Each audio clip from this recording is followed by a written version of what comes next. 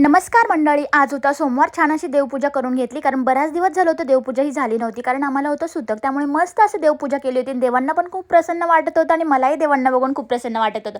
त्यानंतर घेतली कॉफी थोडीशी आणि पावसाने तर पूर्ण गोंधळच घातला होता, विचारूच नका.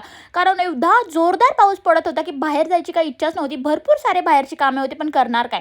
मग त्यानंतर घरातलीच कामे आवरून घेतली. पटापट जी कपडे होते ती इस्त्री आपलं घडी मारून घेतली आणि बाकीचे कपडे वाळत घालू घेतली, कारण की पावसामुळे कपडे सुकायलाच मागत नाही. त्यानंतर दुपारी पिल्लू स्कूलमधनं आलं, त्याला काहीतरी इन्फेक्शन झालं होतं. म्हटलं पहिलं डॉक्टरकडे दाखवून घ्यावं, कारण की उद्या परवा गावाला जायचं आहे, तर काय होईल काही सांगता येत नाही. म्हणून डॉक्टर बोलले काळजी घ्या, ताप येण्याची शक्यता आहे. अशा प्रकारे गडबडीत घरी आले. उपवास होता दिरांचा, लवकर असं पटापट स्वयंपाक केला. म्हणतात ना, कुठे जायचं म्हणलं की काही ना काही अडचण येतात, त्यातलीच ही घटना.